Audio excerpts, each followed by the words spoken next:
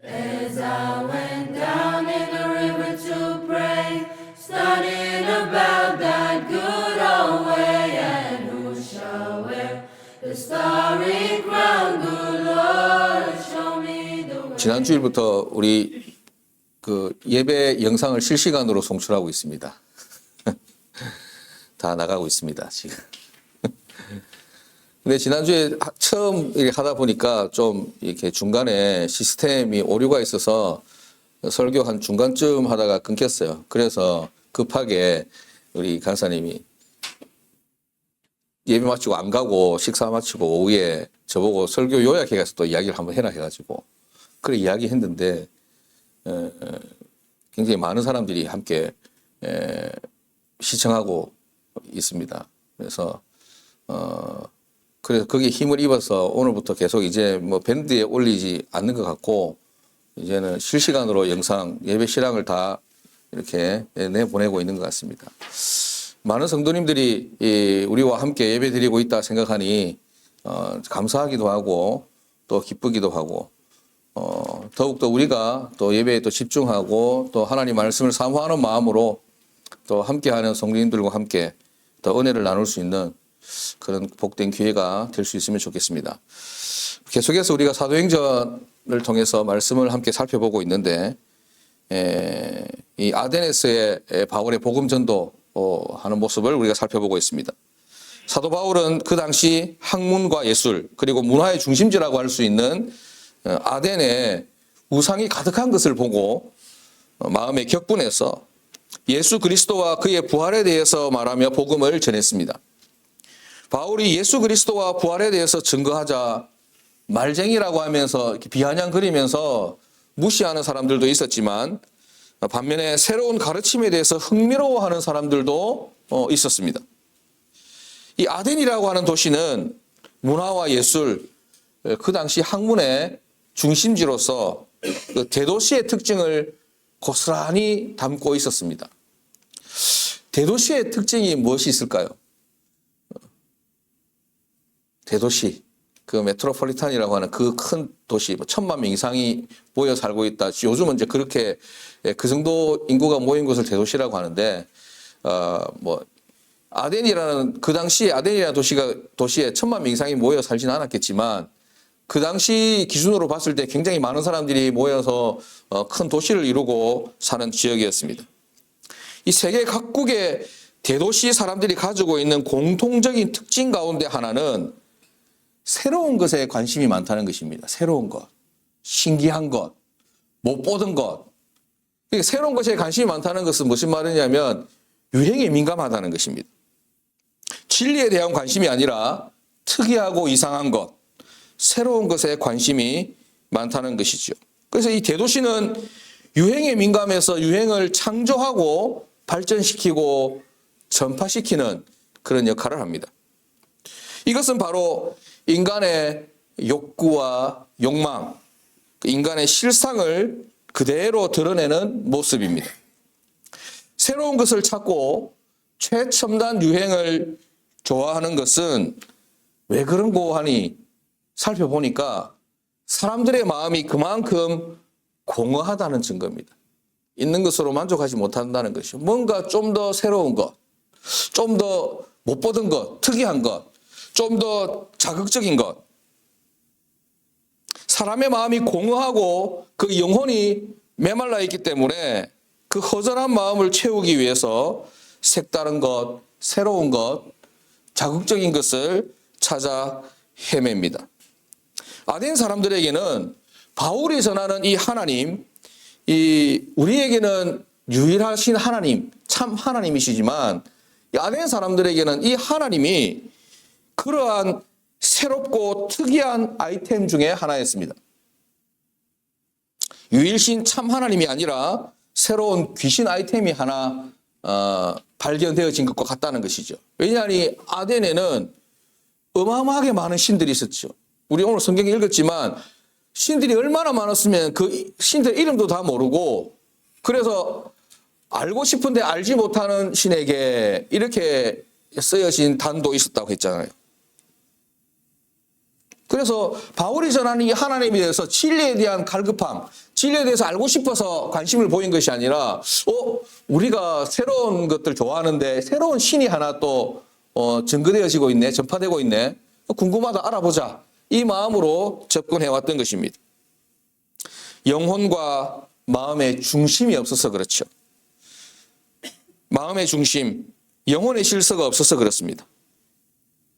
그런 사람들에게는 이 변덕이 심합니다. 이 변덕이 심하고 늘 새로운 것을 찾아 헤맨다는 것은 마음의 뿌리가 든든하지 못하다는 것이고, 그의 영혼이 너무나 가벼워서 약한 바람, 콧김 같은 약한 바람에도 날아가 버리고 맙니다. 어떻게 성경에는 표현하고 있냐면 시편 1편 4절에 보면 바람에 나는 겨라고 표현하고 있습니다. 시편 이야기가 나왔으니까 말인데, 시편 1편은 시편이 시작되는 그 1편이죠. 1편부터 시작이 되니까 시편 1편은 복 있는 사람과 악인에 대한 정의로 시작을 합니다. 이것도 참 재밌죠. 복 있는 사람과 복 없는 사람 이렇게 이야기하지 않고, 선인과 악인 이렇게 이야기하지 않고 복 있는 사람과 악인 이렇게 대비를 시킵니다. 복 있는 사람은 어떤 사람입니까? 우리 같이 성경을 한번 찾아볼까요? 시편 1편 1절 2절입니다. 시편 1편 1절 2절에 보면 복 있는 사람은 악인들의 꾀를 따르지 않고 죄인들의 길에 서지 않고 오만한 자들의 자리에 앉지 않고 오직 여호와의 율법을 즐거워하여 그 율법을 주야로 묵상하는 자로다. 아멘. 이렇게 말씀하고 있습니다. 그러니까 하나님의 말씀에 귀 기울이고 그 말씀을 우리 등대 열방계의 언어로 품위 있게 너그럽게 그러한가 하여 아멘으로 받아들일 때 어떻게 된단 말입니까? 내가 어디로 가야 할지, 어디에 서야 할지, 어디에 앉아야 할지 분별할 수 있게 되고, 그 결과 3절에 말씀하는 것처럼 시냇가에 심은 나무가 철을 따라 열매를 맺으며 그 잎사귀가 마르지 아니함 같으니 그 행사가 다 형통하리로다. 아멘. 복 있는 사람은 형통한 사람인데 어떻게 할 때 형통하게 된단 말입니까? 하나님의 말씀을 주야로 묵상하고 즐거워하고 주야로 묵상하게 될 때 분별력과 통찰력이 있어서 내가 어디에 가야 할지, 어디에 서야 할지, 어디에 앉아야 할지 알게 된다는 말입니다. 지금 여러분들 앉아야 할 때 앉아 계십니까? 있어야 할 곳에 있으십니까? 어디 갔노? 안 온 사람 있네. 그런 분별력과 통찰력 어디서 오느냐면 주의 율법을 사랑하고 율법을 주야로 묵상하고 그 마음에 새길 때, 그때 그 사람은 시냇가에 심은 나무가 철을 따라 열매를 맺으며 잎사귀가 마르지 아니함 같이 그 행사가 다 형통하게 되고, 그런 사람들을 일컬어 복 있는 사람이다라고 성경은 정의하고 있습니다. 거기에 반해 악인, 복 없는 사람은 한마디로 어떻게 표현합니까? 그 4절에 보니까 악인은 그렇지 않으며 바람에 나는 겨와 같다라고 정의합니다. 알맹이가 없다는 말이죠. 뿌리가 없는 사람이라는 뜻입니다. 영혼의 뿌리, 말씀의 뿌리가 없는 사람. 시냇가에 심은 나무와 대비되는 바람에 나는 겨, 쭉정이란 말입니다. 저도 커피 볶고 나면 이게 은피라고 하죠. 껍데기가 나옵니다. 그 예전에는 이제 좋은 기계가 없을 때는 어떻게 했냐면 그 바람, 실외 밖에 나가가지고 채 들고 이렇게 부어서 위에서 부어내려. 그러면 그 원두는 떨어지고 그 껍데기는 바람에 날려가거든요. 그렇게 날려가는 쭉정이와 같다는 것입니다. 뿌리가 없고 중심이 없으니 콧김 같은 아주 작은 바람에도 흩날려 버립니다. 옳고 그름을 분별하지 못합니다. 진리를 알지 못합니다. 진리와 진리 아닌 것에 관심조차 없습니다. 유행 따라, 감정 따라, 이익 따라 흔들립니다. 늘 새로운 것, 맛있는 것, 재밌는 것 찾아다니느라 정신없이 바쁜데 시냇가에 심겨진 나무처럼 중심과 뿌리가 없으니 어떻습니까? 잎사귀는 마르고 열매도 없고 늘 공허하고 외롭고 답답합니다. 우리 사랑하는 성도 여러분, 여러분들은 어떻습니까? 복 있는 사람입니까? 악인입니까? 항상 말씀에 귀 기울이고 마음과 영혼의 책임으로 악인의 꾀를 따르지 않고 죄인의 길에 서지 않으며 오만한 자리에 앉지 않는 시냇가에 심은 나무처럼 철을 따라 열매를 맺는 복 있는 성도입니까? 어디를 가야 할지, 어디에 서야 할지, 어디에 앉아야 할지 여전히 구분하지 못하는 바람에 나는 겨와 같습니까? 이 첫 단추는 율법을 즐거워하고 주야로 묵상하는 데 있습니다. 우리 2025년 품위 있는 성도라는 비전을 따라 말씀을 대할 때 품위 있게 대함으로 첫 단추를 잘 꿰어서 복 있는 성도의 길을 걷고 은혜의 자리에 서며 기적이 쏟아지는 자리에 앉는 여러분들 되시기를 주님의 이름으로 축복합니다. 바울은 아덴 사람들의 이런 현대적인 분위기와 속성을 알고 그들에 맞게 복음을 전합니다. 22절 말씀 같이 읽겠습니다. 시작. 바울이 아레오바고 가운데 서서 말하되 아덴 사람들아 너희를 보니 범사에 종교심이 많도다. 아멘. 바울은 그들에게 종교심이 많은 것을 접촉점으로 해서 복음을 전하기 시작합니다. 23절 말씀 같이 봅니다. 시작. 내가 두루 다니며 너희가 위하는 것들을 보다가 알지 못하는 신에게라고 새긴 단도 보았으니 그런즉 너희가 알지 못하고 위하는 그것을 내가 너희에게 알게 하리라. 아멘. 너희들이 종교심이 많고 종교성이 뛰어나서 이렇게 신 앞에 예배하고 섬기는 것들을 좋아하는데 얼마나 종교심이 많은지 신이라고 하면 그저 좋아가지고 새로운 것이라고 하면 유행이라고 하면 그저 좋아가지고 뒤처지지 않기 위해서 노력하는데 얼마나 좋아하는지 알지 못하는 신에게까지 너희들이 예배하고 섬기려고 하지 않느냐. 그러니 내가 오늘 너희들에게 여러분들에게 내가 믿는 하나님 하늘과 땅을 지으신 참 하나님에 대해서 소개해 드리겠습니다 라고 이렇게 하면서 하나님에 대해서 소개합니다. 하나님에 대해서 소개하는 말씀이 오늘 마지막 말씀 24절 25절 말씀이죠. 정말 놀라운 말씀, 위대한 말씀입니다. 우리 오늘 말씀 24절 25절 말씀 같이 한번 마음을 모아서 생각하면서 읽어보도록 하겠습니다. 시작. 우주와 그 가운데 있는 만물을 지으신 하나님께서는 천지의 주제시니 손으로 지은 전에 계시지 아니하시고 또 무엇이 부족한 것처럼 사람의 손으로 섬김을 받으시는 것이 아니니 이는 만민에게 생명과 호흡과 만물을 친히 주시는 이심이라. 아멘. 사랑하는 여러분들도 이번 기회에 우리가 믿는 하나님에 대한 개념을 이렇게 간략하게나마 정리하고 정립할 수 있는 기회가 될 수 있기를 바랍니다. 이 24절 25절에 제가 주보에는 이렇게 동그라미 1번, 동그라미 2번 해놨잖아요. 하나님에 대해서 5가지 설명하고 있습니다. 첫 번째, 만물을 지으신 하나님. 하나님은 우주 만물을 지으신 창조주시다. 아멘. 창세기 1장 1절에 이렇게 말씀하고 있잖아요. 태초에 하나님이 천지를 창조하시니라. 하나님에 대한 신앙 고백, 우리가 예배 시작할 때 사도신경으로 신앙 고백 하잖아요. 신앙 고백 첫 번째가 뭡니까? 전능하사 천지를 만드신 하나님 아버지를 내가 믿사오며. 믿습니까? 하나님 어떤 분입니까? 천지를 창조하신 하나님. 우리가 믿는 하나님은 역사와 우주, 지구와 인간을 창조하신 창조주이심을 믿습니다.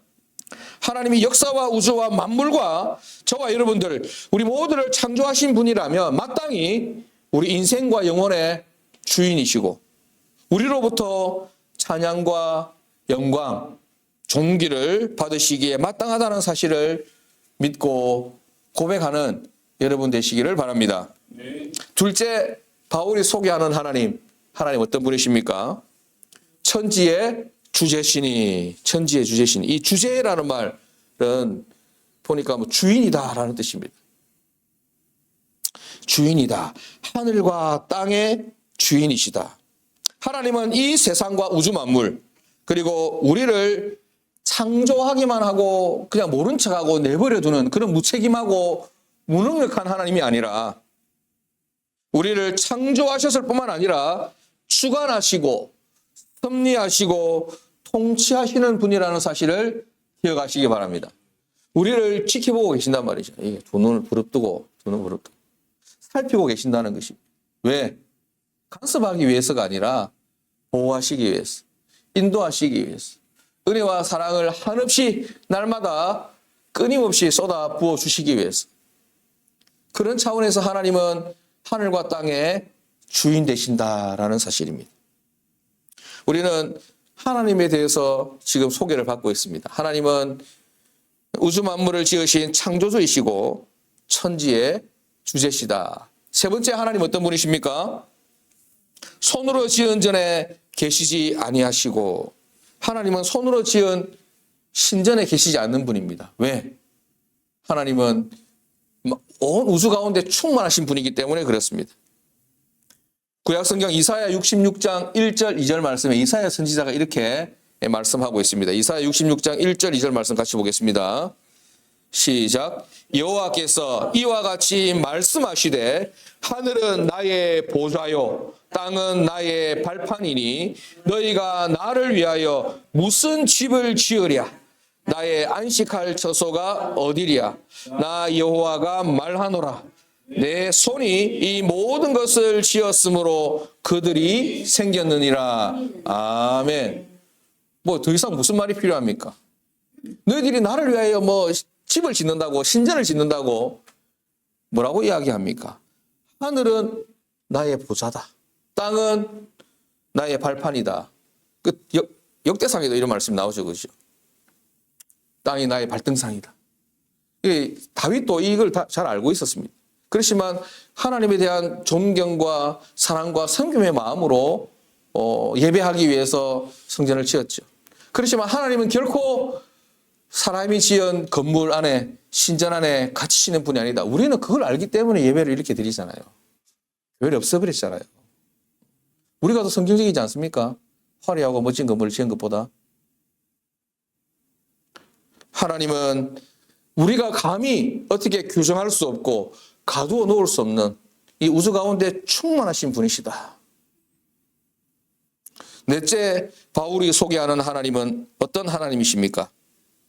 무엇이 부족한 것처럼 사람의 손으로 섬김을 받으시는 분이 아니시다. 우리에게 사실은 예배를 받으실 분이 아니란 말입니다. 섬김을 받으실 분이 아니라는 뜻입니다. 하나님은 사람이 드리는 헌금이나 재물을 받아먹고 사시는 그런 분이 아니시라는 뜻입니다. 우리가 섬기지 않으면 자립할 수 없는, 먹고 살 수 없는 그런 연약한 분이 아니라는 말입니다. 요양병원에 계신 분이 아니라는 말입니다.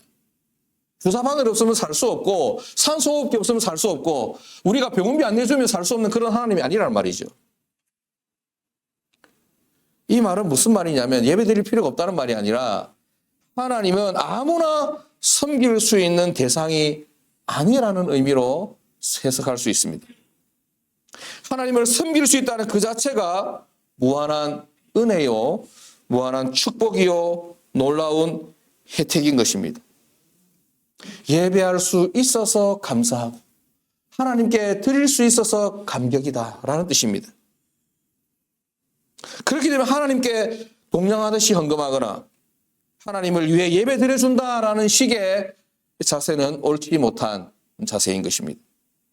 쓰고 남은 재물이 아니라 가장 처음 것, 가장 중요하고 소중한 것, 가장 귀한 것을 드리는 것이 마땅하고 쓰고 남은 시간이 아니라 심심한 여가를 하나님께 드리는 것이 아니라 우리 삶의 가장 첫 시간, 우리 삶의 가장 귀한 시간, 그 무엇과도 바꿀 수 없는 인생의 가장 소중한 시간을 드려야 함을 기억해야 할 것입니다. 시편 1편하고 연결되잖아요. 그렇죠? 어디 가겠습니까, 우리가? 하나님을 떠나 우리가 어디 가겠습니까? 우리가 항상 하나님 앞에서의 삶을 살고 예배의 자리를 소중히 여기고 은혜를 사모하고 주의 말씀이 증거되어지고 주의 말씀이 내 귓가에 울리고 주의 말씀이 내 마음에 떨어질 때 그러한가 하여, 그게 어떤 표현입니까? 또 마태복음에 보면 우리의 마음이 옥토가 되는 것이죠.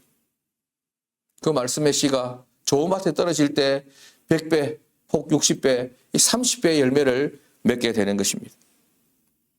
우리가 믿는 하나님, 우리가 그 앞에 있는 하나님은 사람의 손으로 섬김을 받으시는 하나님이 아니다. 우리에게 섬김 받지 않고 우리에게 예배 받지 않아도 충분하고, 복음서에도 보면 돌로도 찬양받을 수 있다고 했잖아요. 길가에 우리가 발로 차는 그 돌에게도 영광과 존귀를 받을 수 있는 하나님인데, 우리에게 섬김 받으시기로 작정하신 것입니다. 우리에게 예배 받으시기로 허락해 주신 것입니다. 얼마나 감사한 것입니까? 얼마나 놀라운 일입니까? 하나님, 오늘도 내가 감히 하나님 앞에 예배 드릴 수 있어서 감사하고, 내가 하나님의 이름을 부르며 찬양할 수 있어서 감격입니다. 그 은혜에 감사합니다. 내 몸과 내 마음과 정성을 다해 하나님께 영광을 돌릴 수 있는 은혜를 주심에 감사하고, 이 예배를 통해서 우리가 하나님께 영광이 되고 우리는 한없는 은혜가 되는 그런 놀라운 교통, 그리고 교제, 소통의 시간이 되게 하여 주시옵소서. 마지막 다섯째, 사도 바울이 소개하는 하나님. 하나님은 생명과 호흡과 만물을 친히 주시는 분이다. 네 번째 소개와 연결되죠. 하나님은 우리로부터 무언가를 받으시는 분이 아니라, 받아야만 되는 분이 아니라 오히려 반대로 우리 모두에게 호흡과 생명과 만물을 주시는 분이다. 하나님은 모든 인류에게 생명과 호흡을 주시고 인간이 필요한 모든 것을 친히 공급해 주시는 분이십니다. 그 하나님이 우리 아버지 되시며 친히 우리 이 땅에서의 삶뿐만 아니라 영원토록 지키시고 인도하고 보호하시겠다고 약속하십니다. 저와 여러분들이 믿고 의지하는 하나님이 바로 이런 하나님이십니다. 다시 한번 정리하겠습니다. 하나님은 만물을 지으신 하나님이시다. 천지의 하늘과 땅의 주인 되신다. 손으로 지은 전에 계시지 아니하시고 무엇이 부족한 것처럼 사람의 손으로 섬김을 받으시는 것이 아니라 만민에게 생명과 호흡, 만물을 친히 주시는 이시다. 아멘. 사랑하는 여러분, 하나님은 이런 분이십니다. 당부하고 싶은 것은 하나님을 이렇게 지식적으로 잘 정리하는 것도 중요하지만 지식적으로 아는데 그치지 않고 직접 우리 온몸으로 체험하고 경험할 수 있게 되기를 축복합니다. 하나님은 우리 기도와 믿음의 대상일 뿐만 아니라 우리가 사랑하고 섬겨야 할 대상이고 체험의 대상인 것입니다. 이번 한 주간 그리고 이어지는 우리 삶 속에서 오늘 바울을 통해 소개된 이 하나님을 경험하고 누리는 은혜와 복이 있게 되기를 주님의 이름으로 축복합니다. 기도하겠습니다. 하나님 아버지,